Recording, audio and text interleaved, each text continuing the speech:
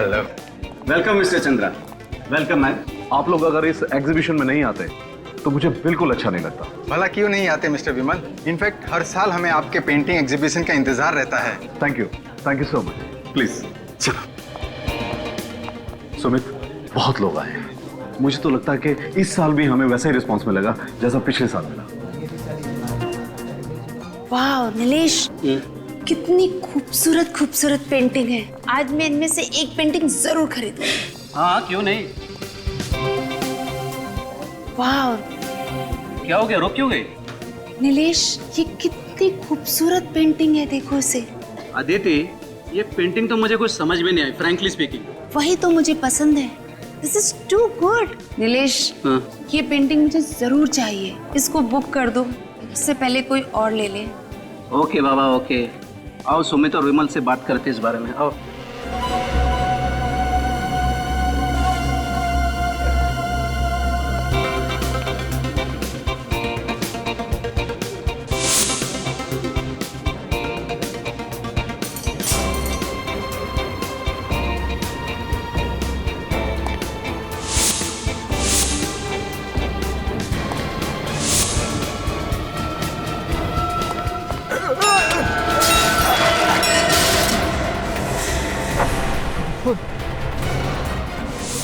अरे इसे पोज देता हूँ जल्दी।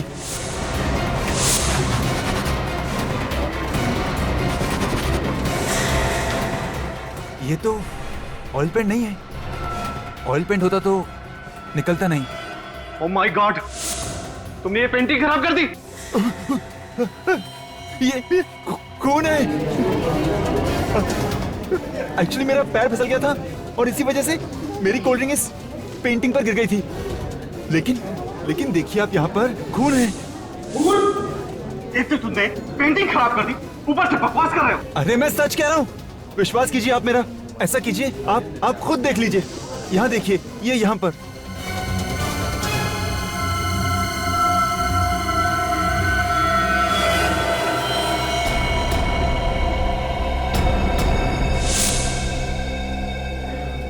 हाँ सुमित, ये ठीक कह रहा है। ये तो वाकई खून है। लेकिन पेंटिंग पे खून कहाँ से आया? मुझे तो समझ नहीं आ रहा। हमें सीआईडी को फौरन बुलाना पड़ेगा।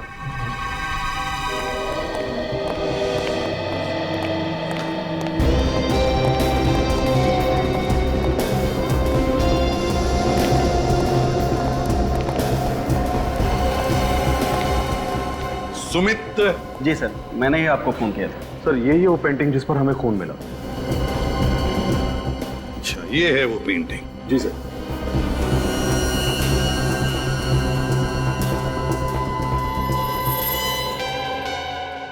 ये क्या है? पेंटिंग तो गीली है। सर, इस पे कोल्ड ड्रिंक गिर गई थी, इसलिए गीली हो गई। Cold drink? कैसे हुआ ये सब? सबसे पहले किसको पता चला कि पेंटिंग पर खून है? सर, मैंने देखा था। एक्चुअली मेरे हाथ से ही कोल्ड ड्रिंक पेंटिंग पर गिर गई थी।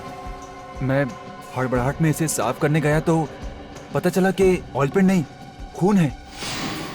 सुमित, ये पेंटिंग का एग्जीबिशन तुमने ही ऑर्गेनाइज किया है? सर, हम दोनों ने।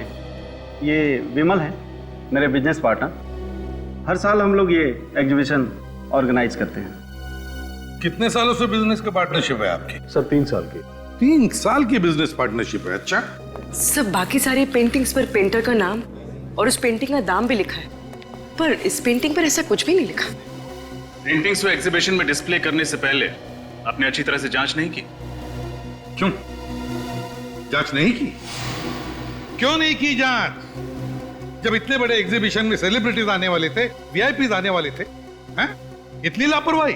सर, हमने खुद एक एक पेंटिंग चेक की थी।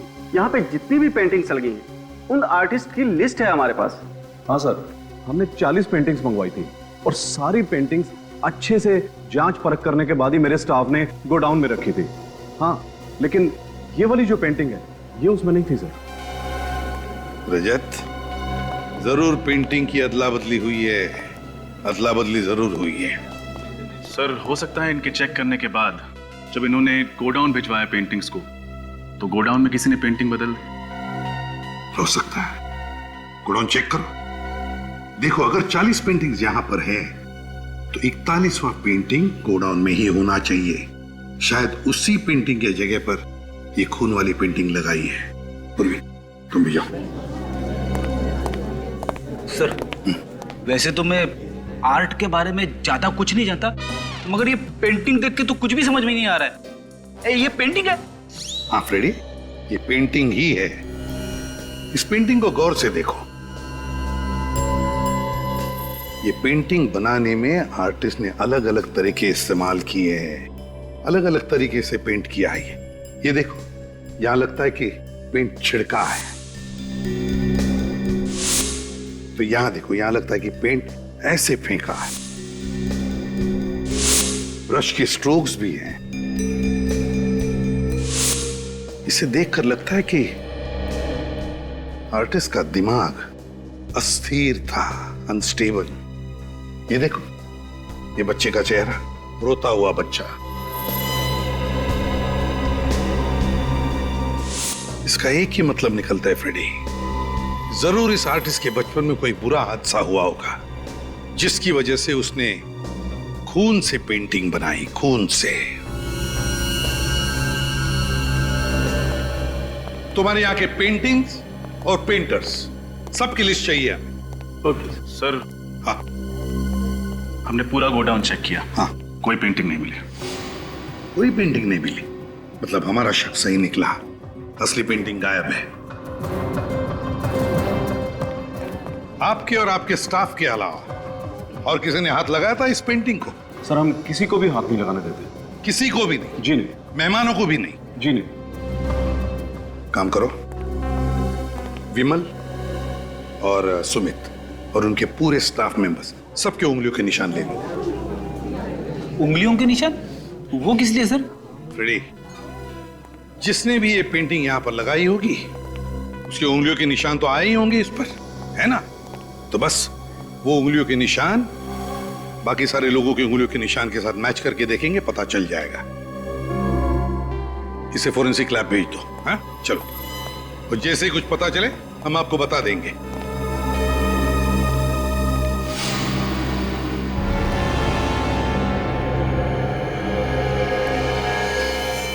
ये किसकी फोटोग्राफ है?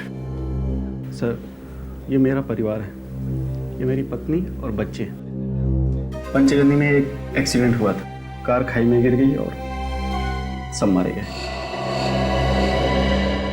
I am sorry.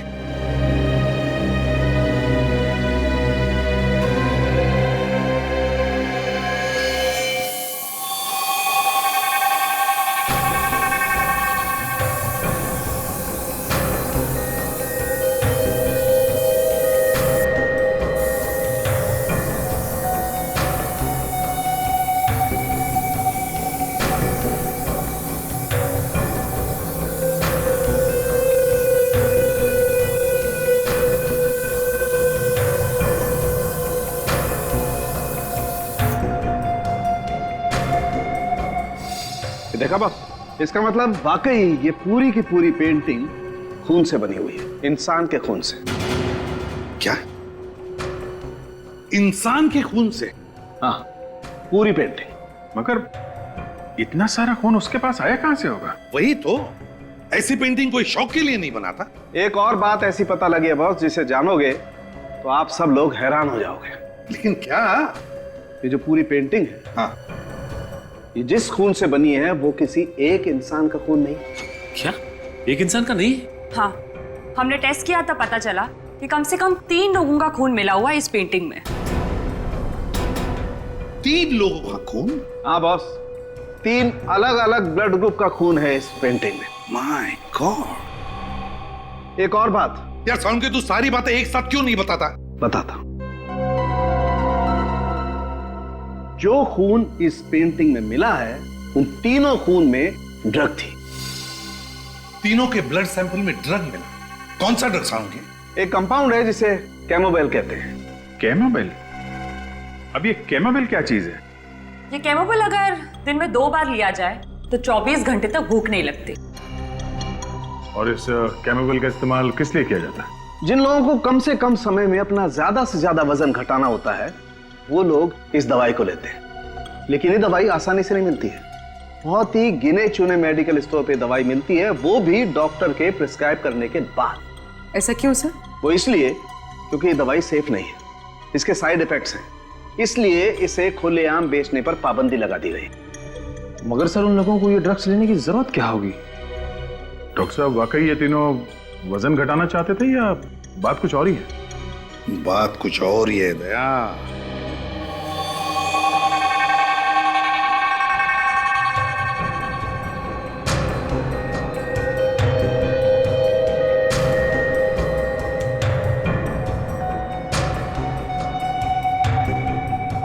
खून भरी पेंटिंग, समझ में नहीं आता क्या चल रहा था उस पेंटर के दिमाग में।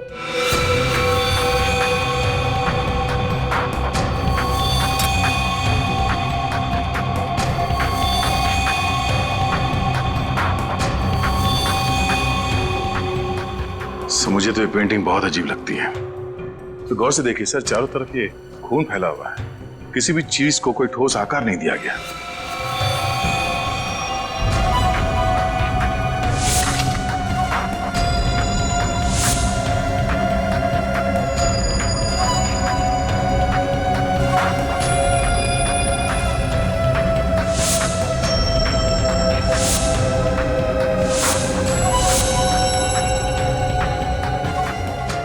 ये काम तो किसी नौसिखिया का ही लगता है।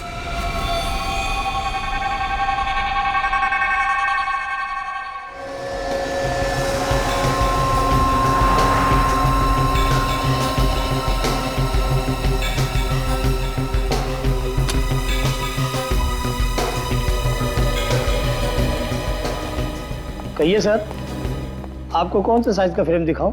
अरे नहीं, हम लोग फ्रेम लेने नहीं आए, हम सीआईडी से। सीआईडी? बात क्या है सर? कोई खास बात नहीं है, आपसे कुछ जानकारी चाहिए थी हम। विनीत, फ्रेम देखिए, तो फ्रेम आप ही की दुकान से खरीदा गया है ना? सर, ये एक स्पेशल डिजाइन है, ये सिर्फ हमारे ही कारीगर बनाते हैं। Very good. अब ये बताइए कि ये फ्रेम किसने और कब खरीदा था? एक आदमी था साहब, करीब 7 दिन पहले वो आया था, काफी जल्दी में भी था साहब। अच्छा, आप जानते हैं उसे? नहीं साहब, मैं पहचानता नहीं हूँ, वो पहली बार हमारी शॉप में आया था, कोई हमारा रेगुलर कस्टमर नहीं था। तो फिर नाम याद है आपको उसका? नहीं साहब, नाम तो नहीं। हाँ, लेकिन इतना याद है कि उसने इसी डिजाइन के 2 फ्रेम खरीदे थे। कुछ तो याद करने की कोशिश करिए। वो दिखता कैसा था, क्या कपड़े पहना था, उसका हुलिया कैसा था? इतना तो याद नहीं है सर, पर हाँ, इस फ्रेम को खरीदने वाले कस्टमर का कुछ रिकॉर्ड है मेरे पास, मैं चेक करता हूँ। हाँ प्लीज।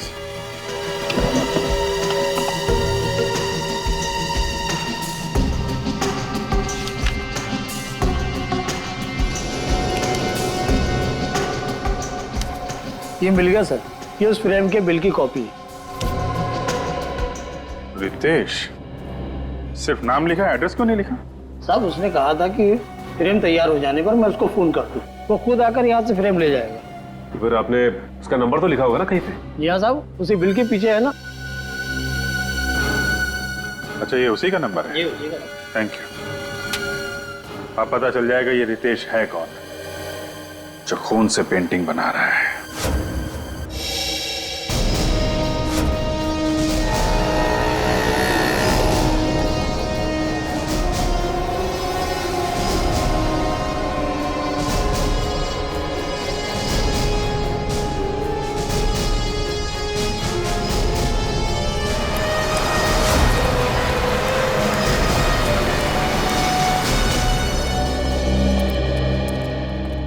आइए सर। सीआईडी? बोलो साहब, क्या चाहिए आपको? क्या मोबाइल? कैमोबेल? हमारी दुकान में ऐसी कोई दवाई नहीं मिलती साहब। ये कैमोबेल ड्रग का नाम सुनते ही आपके पसीने क्यों छूटने लगे? हैं? आप इतने हड़बड़ा क्यों गए? कौन घबरा रहा है साहब, मैं तो अपना काम कर रहा हूँ सर। देख, सच बता दे वरना। मेरी मदद कीजिए साहब, मैं बहुत मुसीबत में हूँ। ये सब नाटक क्या कर रहे हो? सच सच बताओ, बात क्या है? सर, किसी ने मुझे धमकी दी थी सर, कैमोमाइल का इंतजाम करने के लिए मुझे मजबूर किया गया था। मजबूर किया गया था? कैसी मजबूरी? उसने मुझे कहा था कि अगर मैं 2 दिन में कैमोमाइल का इंतजाम नहीं करूंगा तो वो मेरे पूरे परिवार को मार देगा साहब। मैं बहुत डर गया था साहब, मैं बहुत डर गया था। अच्छा, ये इस आदमी का हुलिया तो याद है ना तुम्हें? हा? नहीं बता सकता साहब, उसने मुझे सिर्फ फोन किया था। फोन नंबर है ना? मेरे मोबाइल में है सर, मैं अभी देख के बताता हूँ। साहब इसी नंबर से उसने फोन किया था, यही नंबर है सर। रेडी, निखिल, इस नंबर का पता लगाओ। ये नंबर है किसका? इस आदमी का पकड़ा जाना बहुत जरूरी है। और एक बात, डर के जीने की जरूरत नहीं है, समझे? आइंदा ऐसा कोई फोन आए तो सीआईडी को इन्फॉर्म करना, ठीक है?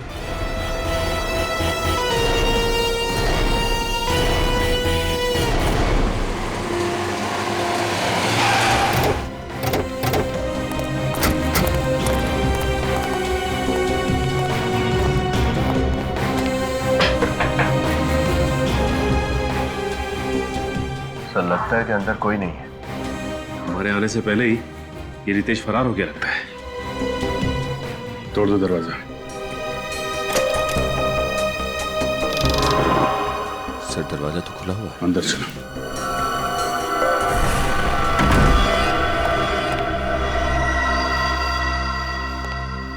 घर का तो सारा सामान बिखरा पड़ा है सर। हाँ, लगता है यहाँ पे हाथापाई हुई है। सर ये रितेश तो कहीं दिखाई नहीं दे रहा यहाँ। पूरा घर चेक करो।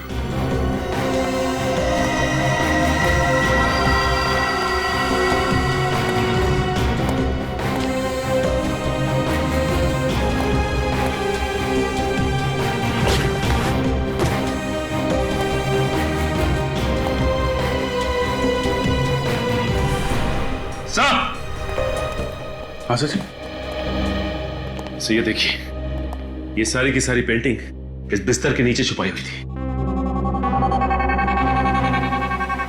और सर ये पेंटिंग भी उसी पेंटिंग की तरह ये एग्जीबिशन में मिली थी हमें, लाल रंग की।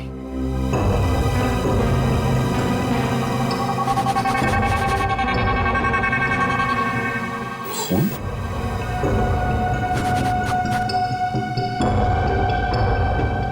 सारी पेंटिंग भी खून से बनाई गई। सर लगता है कि रितेश ये सारी पेंटिंग्स बना रहा है। पानी की आवाज?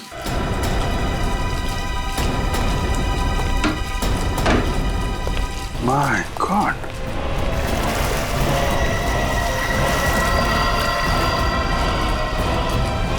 ये तो मर चुका है। इसे कहीं देखा लगा है। ये आदमी तो वहां एग्जीबिशन में था ना, वॉलंटियर।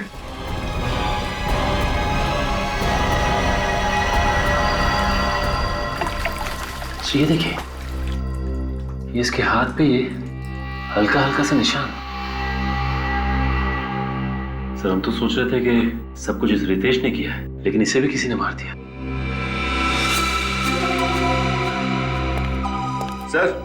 सर ये देखिए, खून के निशान।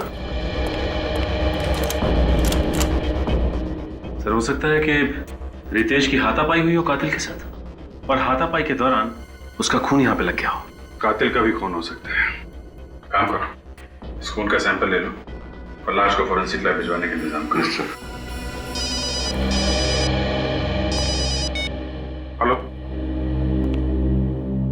क्या?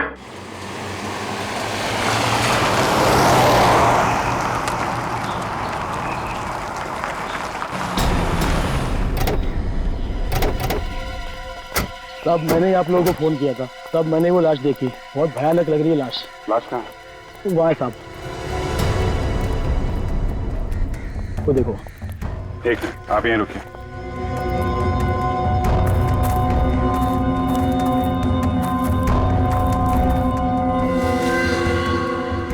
काम करो, लाश को बाहर निकालो।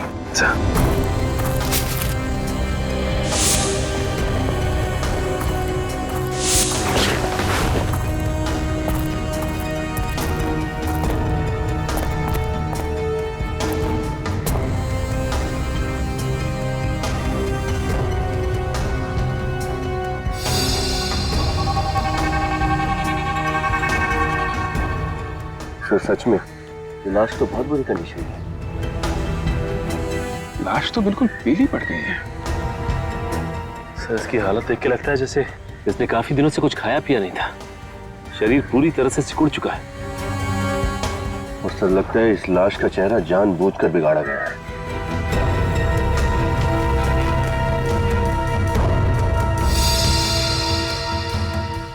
ये देखिए सर, इसके हाथ पे ये छोटे छोटे निशान हैं। लेकिन सर ये निशान है किस चीज के? कई बार इंजेक्शन लगने के बाद आसपास का खून जम जाता है। निशान तो इंजेक्शन के ही लगते हैं, मगर इतने सारे निशान। मगर सर ऐसे ही निशान रितेश की लाश पे भी थे। लगता है खूनी इंजेक्शन लगा लगा के खून कर रहा है। खैर इसका जवाब तो डॉक्टर साड़ुंखे ही देंगे। मानना मुश्किल है, कोई भला ऐसा कैसे कर सकता है? हाँ सर, दोनों लाशें बहुत ही बुरी हालत में हैं। यार साड़ुंखे, तुम दोनों डिस्कस करोगे, हमें भी कुछ बताओगे? बॉस, इन दोनों के शरीर में जरा सा भी खून नहीं है। लगता है किसी ने इनके जीते जी सारा का सारा खून इन लोगों के शरीर में से निकाल लिया। शरीर में खून है ही नहीं। हाँ सर, और इसी की वजह से दोनों लाशें बिल्कुल काली नीली और फीकी पड़ गई है। अजीब बात है सर, विश्वास नहीं होता कि कोई इंसान किसी दूसरे इंसान के शरीर से उसके जीते जी सारा खून निकाल सकता है। इन दोनों के शरीर में इंजेक्शन के बहुत सारे निशान हैं। ऐसा लगता है किसी ने बार बार सुई घोंप घोंप कर इनके शरीर से सारा का सारा खून निकाला है। और खून की कमी की वजह से इस लड़के की मौत हुई है। और सर उस रितेश की मौत की वजह भी यही है। खून तो रितेश के शरीर में से भी निकाला गया, लेकिन मौत इसकी पानी में डूबने की वजह से हुई। इसके फेफड़ों में हमें पानी मिला है। सर ये खूनी वही आदमी है जो पेंटिंग बनाता है। हाँ अभिजीत, ये एक ही आदमी का काम है, उसी का। एक बात और बॉस, रितेश के घर के दरवाजे पर जो खून का सैंपल मिला था वो खून रितेश का नहीं है। यानी वो खून किसी और का है? दया, वो खून उसी का है, उसी का जो रितेश का खून करने आया था। रितेश के साथ हाथापाई में उसे चोट लग गई होगी और वही खून दरवाजे पे लग गया होगा सर। मगर अभिजीत ये है कौन? है कौन ये? केमोबेल। पता लगाना पड़ेगा कि ये कौन है जिसने इस केमिस्ट को धमकी भरा फोन किया और ये दवाई मंगवा ली। सर मुझे तो आदमी पागल लगता है। कोई नॉर्मल इंसान ऐसी घिनौनी हरकत कैसे कर सकता है सर? किसी को भूखा रखना और थोड़ा थोड़ा करके खून चूस के उसे मार डालना। सर फिलहाल हमें 2 लाशें मिली, लेकिन ये मुमकिन है कि उसने और भी लोगों को कैद करके रखा होगा। हाँ रखा ही होगा, वरना अपनी पेंटिंग बनाने के लिए पेंट यानी कि इंसानों का खून कहां से लाएगा वो? जिसने भी उस केमिस्ट को फोन किया है ना, वही हमें उस खूनी तक पहुंचाएगा, वही आदमी। सर हाँ सचिन, पता चल गया उस फोन करने वाले का? हाँ सर, जिस आदमी ने R&D मेडिकल स्टोर में फोन करके उस दुकानदार से बात की थी, उसका नाम रोहन है सर। रोहन? और पता? सर उसका पता भी चल गया, लेकिन उसके पते पे जाकर पता चला कि उसके नाम की तरह उसका पता भी नकली है सर। नाम भी नकली और पता भी नकली, तो फिर ये फोन किया किसने होगा? है कौन ये? सर ये फोन जिसने भी किया उसने सिम कार्ड लेने के लिए नाम और पता दोनों ही नकली दिया था सर। सर उसने उस दवाई की दुकान पे फोन किया और फोन ट्रेस ना हो इसलिए सिम निकाल के फेंक दिया। कोई बात नहीं, उसने जिस वक्त उस दवाई की दुकान में फोन किया था, हम पता लगा सकते कि उस वक्त वो कहां पर था उसके उस फोन से। वो भी पता चल गया है सर। फिर ये फोन चोर बाजार से किया गया है, घाट कोपर के चोर बाजार से। चोर बाजार? तो इस इलाके में तो नशीली चीजें बेची जाती है, ड्रग पेडलर्स के अड्डे बने हुए वहां पे। तो फिर दया, ये फोन जरूर किसी ड्रग पेडलर ने ही किया है।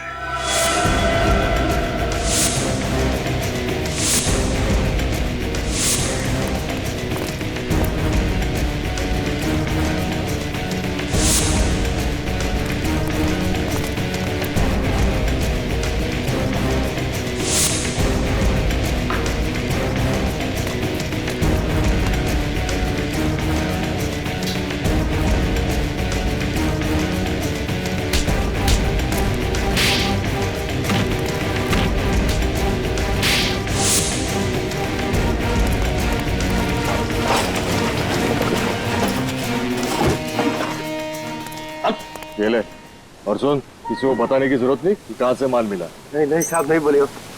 चल निकल।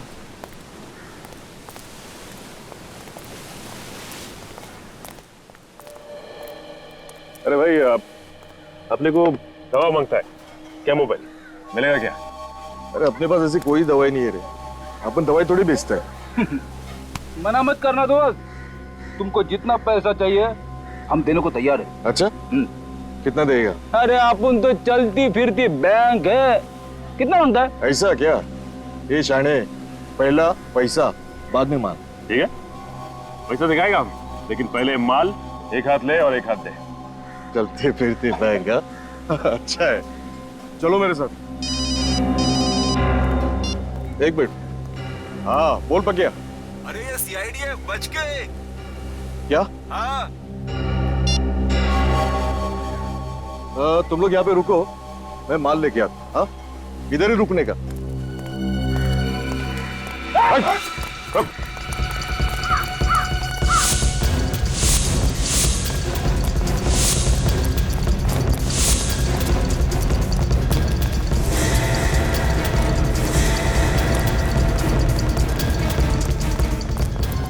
भागता किधर है? सीआईडी से भागता है? मानो मत, सब बताता है, सब बताता है, सब मानो। सर वो कैमोबिल दवाई मैंने खुद के नहीं बल्कि किसी और के कहने से R&D मेडिकल स्टोर से मंगवाई थी साहब। उस दुकान में फोन करके धमकी तू नहीं दी थी ना? हाँ साहब, लेकिन उसके बाद मैंने फोन स्विच ऑफ करके उसका सिम कार्ड फेंक दिया साहब। ये काम तू किसके कहने पे करता है? साहब मुझे एक दिन एक चिट्ठी मिली थी, उसमें लिखा था कि कैमोबिल नाम की दवाई का बंदोबस्त करो, और साहब उसने बोला कि तुझसे शनिवार को रात को 8 बजे आके लेके जाऊंगा और इनाम देके जाऊंगा। अच्छा, फिर वो दवाई लेने कौन आया था? साहब वो गाड़ी में आया, कांच खुली, माल लिया, पैसा दिया और चले गया साहब। तुमने गाड़ी तो देखी होगी ना, कौन सा मॉडल था? उसका नंबर कुछ तो याद होगा तुम्हें? गाड़ी का नंबर तो याद नहीं है, लेकिन साहब उसके हाथ में बड़ी सी घड़ी थी जिसका बहुत बड़ा डायल था साहब।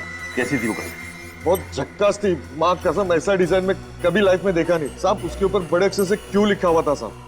क्यों लिखो? उस घड़ी का रंग, उसका डिजाइन सब कुछ याद है तुम्हें? वो साहब सब कुछ याद है सर। चलो फिर क्यू अक्षर का स्केच बनवाओ, पता चल जाएगा कि घड़ी कौन सी कंपनी की है।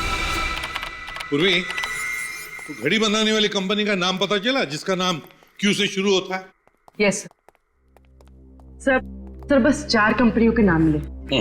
4 कंपनी? अब जरा देखो उन 4 कंपनियों में से वो कंपनी कौन सी है जिसकी घड़ी उस गुनहगार ने पहनी थी। एक बार वॉच कंपनी का नाम पता चल जाए सर, तो गुनहगार का भी पता चल जाएगा।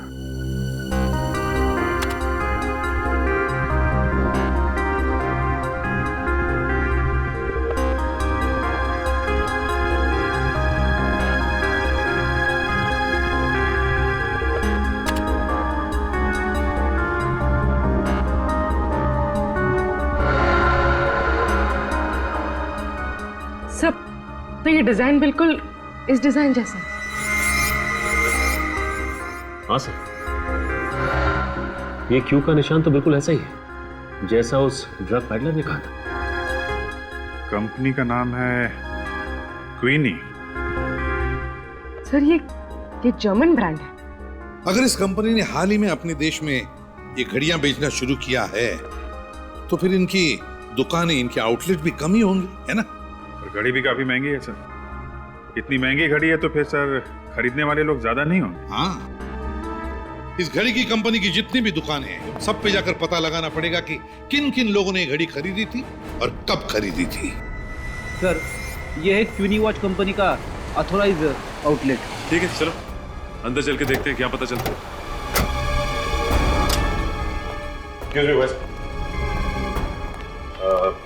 हमें आपके कंपनी की घड़ी के बारे में जानकारी चाहिए थी। कौन सी घड़ी? इस घड़ी को ध्यान से देखिए, ये आपकी कंपनी की घड़ी है ना? ये हमारी लिमिटेड एडिशन घड़ी के डिजाइन है। अब बात क्या है सर? दरअसल हम लोग सीआईडी मुंबई से हैं और एक केस के सिलसिले में पूछताछ करना चाहते हैं। मैं आपकी क्या मदद कर सकता हूँ? अब हमें ये बता सकते हैं कि ये घड़ी आपसे किसने खरीदी है? मैं अभी आपको बताता हूँ।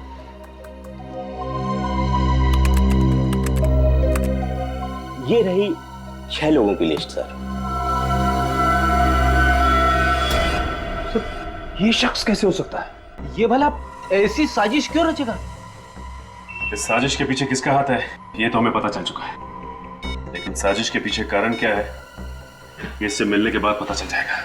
सर, ड्रग पैडलर से जिसने कैमोबेल नाम का ड्रग खरीदा था उसका पता चल गया है सर। कि कोई मेरे एग्जीबिशन इवेंट को खराब क्यों करना चाहेगा? हाँ, वो तो मैं तुमसे बाद में बात करता हूँ। सर, आप लोग कुछ पता चला ये किसकी हरकत है? भोला भाला बनने का नाटक कर रहा है। ये घड़ी पहचानते हैं आप? जी हाँ, 2 महीने पहले खरीदी थी मैंने ऐसी घड़ी। लेकिन आप ऐसा सवाल क्यों पूछ रहे हैं? क्योंकि हमें शक है कि उस खून भरी पेंटिंग में तुम्हारा हाथ है। क्या आप इस खून वाली पेंटिंग का इल्जाम मुझ पे लगा रहे हैं? जी हाँ, आप ही ने वो पेंटिंग बनाई और आप ही ने वो दूसरी पेंटिंग हटाकर खून वाली पेंटिंग एग्जीबिशन में रख दी। मैं भला ऐसा क्यों करूंगा? वो इसलिए कि तुमने सोचा बदनामी से डरकर तुम्हारा पार्टनर विमल अपना पेंटिंग का बिजनेस छोड़ देगा और वो सारा धंधा तुम्हारा हो जाएगा। आप मुझ पे ऐसा इल्जाम नहीं लगा सकते, ये सरासर झूठ है। तो फिर सच सच बताओ, घाटकोपर के ड्रग पेडलर राजू से तुमने कैमोबेल नाम का ड्रग क्यों मंगवाया? कैसा ड्रग? कौन सा ड्रग पेडलर? आप क्या कहना चाहते हो? मेरी कुछ समझ में नहीं आ रहा। और हाँ, ये घड़ी मैंने अपने लिए नहीं खरीदी थी, ये मैंने अपने स्टाफ को गिफ्ट दी थी।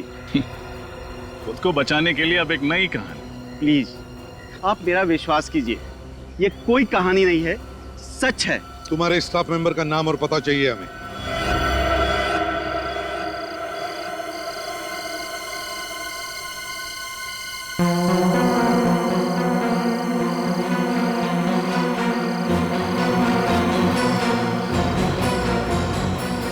सचिन, सुमित ने इसी फार्म हाउस के बारे में कहा था ना? हाँ सर, सुमित ने यही फार्म हाउस बताया था सर। शख्स के पास हथियार भी हो सकता है,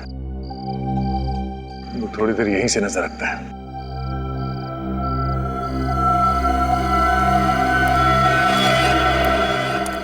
कोई आ रहा है वहां से, पीछे।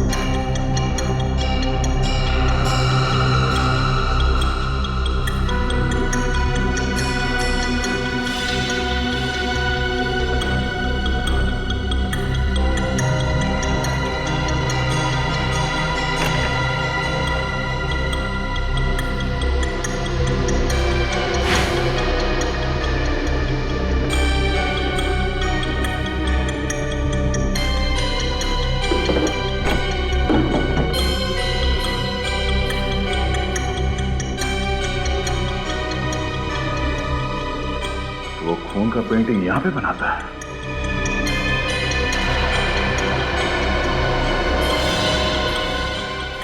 ये क्या? सुमित की पत्नी और बेटा? दूसरा बेटा कहाँ है? जरा हाथ खोलो। ये दोनों तो बेहोश है सर। हाँ?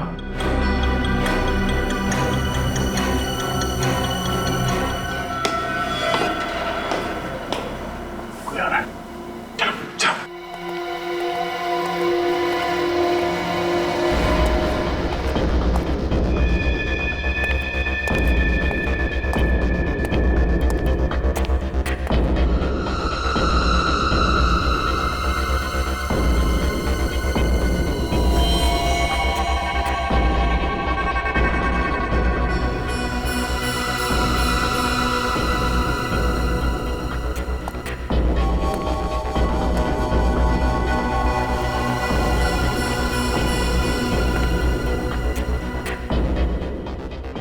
सुमित जी तो कह रहे थे कि उनकी पत्नी और दोनों बच्चे एक्सीडेंट में मारे जा चुके हैं। लेकिन सर उन्होंने ये भी तो बताया था कि उनकी लाशें अब तक नहीं मिली हैं। मतलब एक्सीडेंट हुआ ही नहीं था। इस पेंटर ने इन्हें यहाँ पे बंदी बना के रखा है। तो इसका मतलब इस पेंटर ने इन दोनों के शरीर से खून निकालकर उसी से वो पेंटिंग बनाई थी और फिर इन्हें केमो बेल खिला के जिंदा रखा ताकि ये मर न जाए। हाँ बेटा, तेरा खून निकालो। देख, पेंटिंग बनाने का टाइम हो गया ना, तेरा खून नहीं निकालूंगा तो अपनी पेंटिंग में रंग कैसे भरूंगा? ला।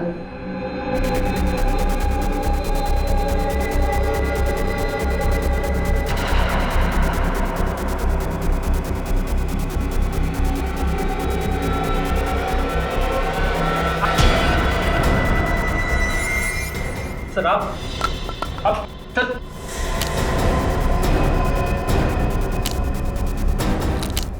सर मैं आपको सब कुछ सच सच बता दो सर। सर सब कुछ मैंने किया सर। सर सब कुछ मैंने किया सर। मैंने मारा सर। सर मैं बता दो सर। आप रेडी निकल, जल्दी से खोलो इन्हें, हॉस्पिटल लेके जाओ।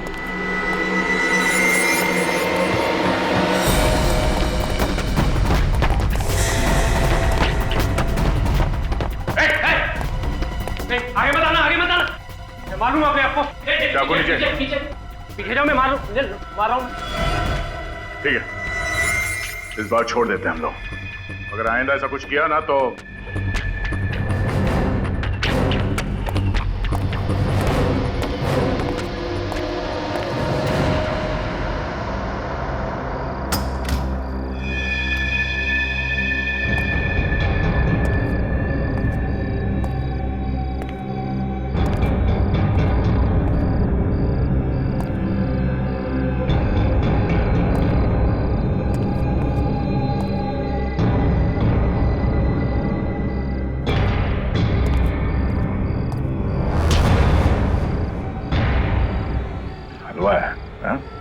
ऐसे ही छोड़ देंगे तुझे? कोई सजा देनी है दे दो, अपने किए पे कोई अफसोस नहीं।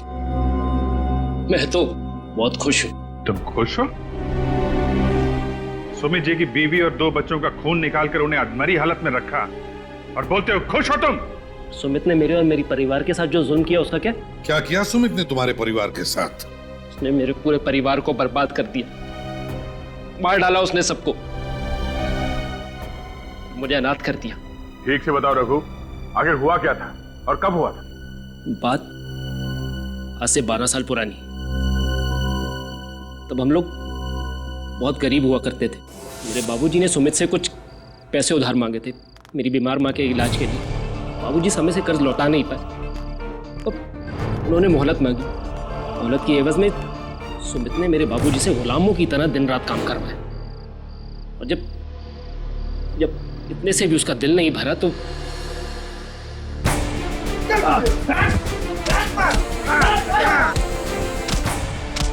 अरे मत मारो, बचाओ, अरे बचाओ, अरे बचाओ, मत मारो, बचाओ, आइए आइए, बचाओ, बचाओ, अरे बचाओ, अरे मत मारो, अरे बचाओ।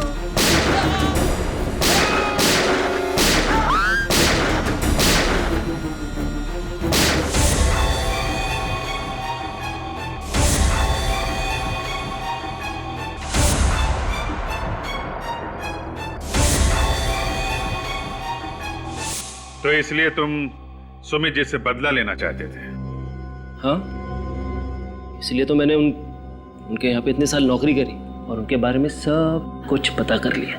सुमित जी तुम पे भरोसा करते रहे और तुमने उनके भरोसे का फायदा उठाकर उनकी पत्नी और दोनों बच्चों को अगवा कर लिया। हाँ, और उसके बाद मैंने उनको किडनैप कर लिया, उनकी गाड़ी को खाई में धकेल दिया। और तुमने उन्हें बंदी बनाकर एक खुफिया कमरे में छुपा के रख दिया। और फिर मैं उनका खून निकाल के अपनी पेंटिंग बनाता रहा। उन्हें केमोबेल ड्रग देता रहा ताकि वो बिना कुछ खाए पिए जिंदा रह सके और मुझे मेरी पेंटिंग बनाने के लिए खून मिल सके। और फिर वो पेंटिंग मैंने सुमित की एग्जीबिशन में रख दी। ताकि वो इस केस में फंस जाए, बदनाम हो जाए। और जंगल में जो लाश मिली थी वो तो सुमित के दूसरे बेटे की थी। बेचारा इतना कुछ झेल ही नहीं पाया, मर गया। फिर मैंने उसकी लाश का वो हाल किया कि कोई भी उसे पहचान ना पाए। और रितेश, वो तो तुम्हारा साथी था ना, उसे क्यों मार दिया तुमने? वो मेरी मदद करता था, अच्छा लड़का था, और मैं अपनी पेंटिंग भी उसके घर में रखता था। लेकिन एक दिन उसे पता चल गया कि मैंने ये पेंटिंग खून से बनाई। वो मुझे धमकी देने लगा कि वो अपने बॉस को जाके सब कुछ सच सच बता देगा। तो आप बताइए ना कि मतलब ऐसे तो उसका क्या फायदा? हाँ? फिर उसके बाद मैंने उसे भी मार दिया। चल, इसकी दिमागी हालत कुछ ठीक नहीं लगती। हाँ दया, इसे इलाज की जरूरत है। रघु, सुमित को तो उसके किए की सजा मिलेगी ही मिलेगी, पर तुमने भी एक बहुत घिनौना जुर्म किया है और कोर्ट तुम्हें कभी माफ नहीं करेगा।